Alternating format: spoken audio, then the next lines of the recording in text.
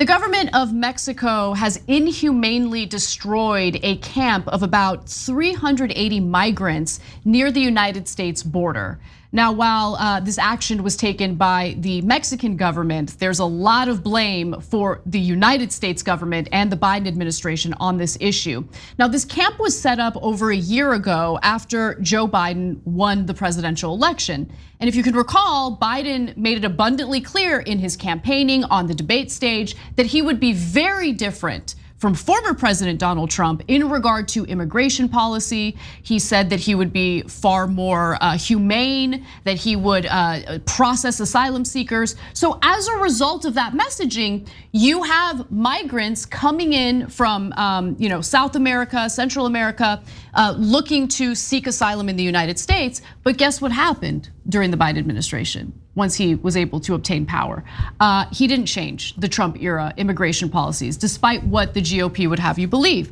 So one of the things that Trump had done during the pandemic is he implemented something known as Title 42, which bans asylum seekers from entry into the country because of the pandemic. We can't have asylum seekers, we can't process them.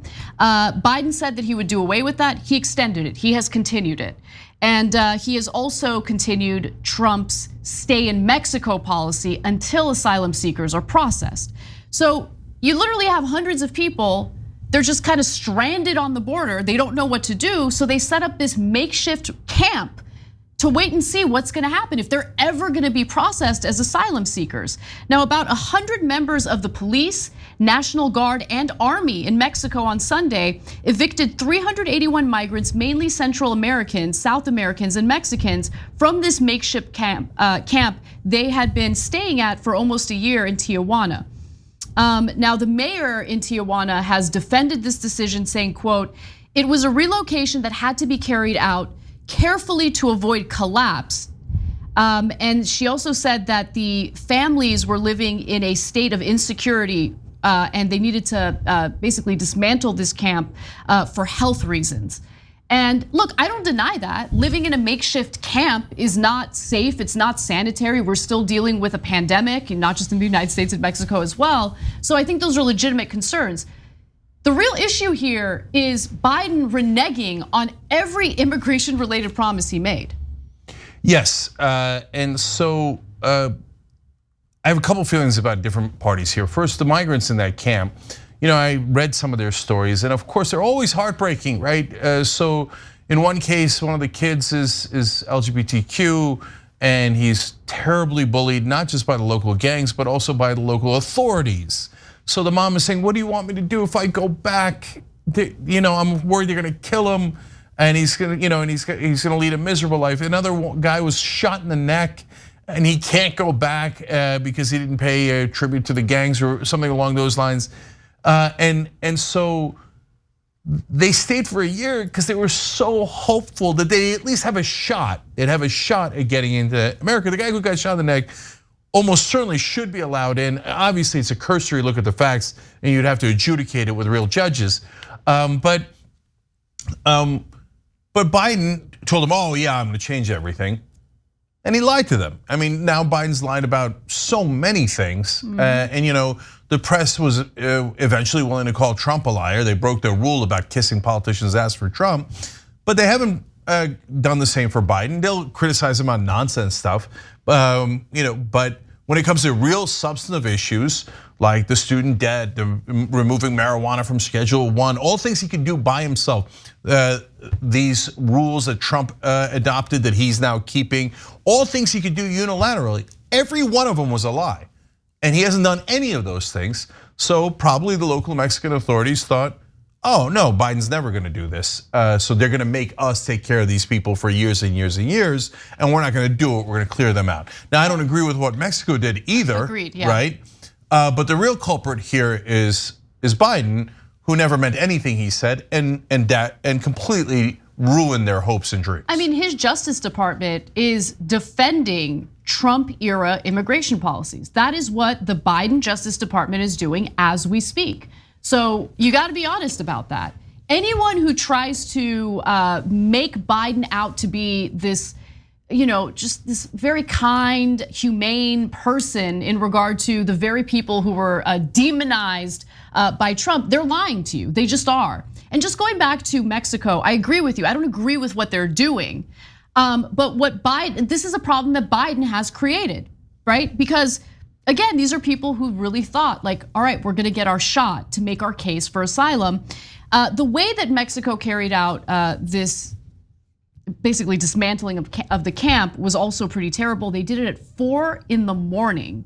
So you have kids sleeping, okay? They come in and basically take them out, tell them that they can't be there anymore. They allegedly put the families in shelters. I would not take that at face value. That hasn't been confirmed. I'd want to see confirmation on that. And the other thing I wanted to note is, yeah, I mean, a lot of them do have legitimate concerns. These are life and death situations. They are worried about gang violence. They've been targeted by gang violence, and they don't know what to do at this point. They've been completely stranded by the United States. Final thing I'll say about this.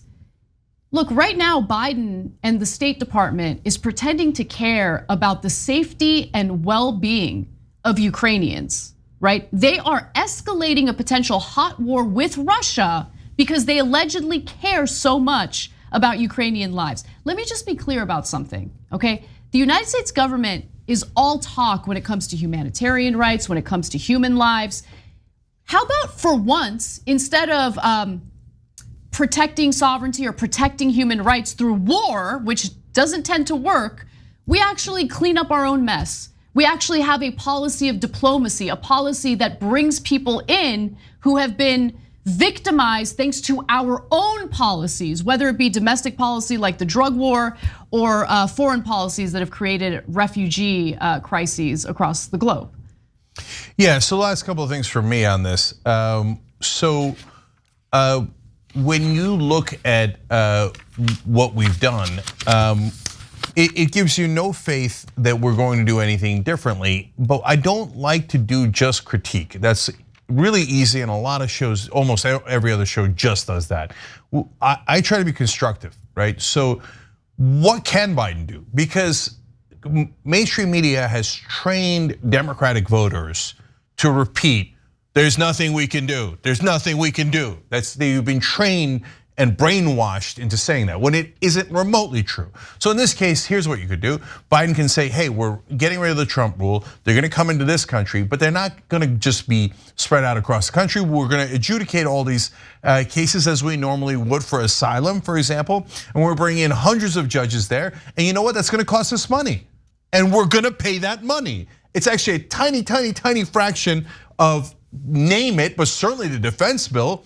It wouldn't be 1% of 1% of 1% of the defense bill to pay for judges to actually do this in a humane way. But Biden doesn't want to do it in a humane way. He doesn't want to bring in the judges. He doesn't want to spend money on that. These are all active decisions. And why? One, honestly, Biden's record throughout his whole career has been pretty monstrous. And when we said that in the primaries, all the media was like, oh yeah, you guys are biased. We're not biased, Biden's a saint. But we showed fact after fact after fact. And so one possible reason why Biden's doing it is because he's a right winger, and he's always been a right winger. The second reason is he thinks, oh, if I just appease the right wing, I'll get credit from them. How's that working out for you, Joe? So here you are, you followed Trump's policies, you were brutal, and now the Mexican government has been brutal because of your actions to these folks. And did you gain a single Trump voter? Did you gain a single Republican voter? Wake up, Sleepy Joe. It ain't the 1970s and the 1990s. These Republicans are never gonna vote for you no matter how barbaric you are. And all you're doing is losing your base because we are decent human beings. And you can't keep lying to us through mainstream media. It isn't working anymore. Thanks for watching The Young Turks, really appreciate it. Another way to show support is through YouTube memberships. You'll get to interact with us more. There's live chat emojis, badges. You've got emojis of me, Anna, John, JR. So those are super fun. But you also get playback of our exclusive member-only shows and specials right after they air. So all of that, all you gotta do is click that join button right underneath the video. Thank you.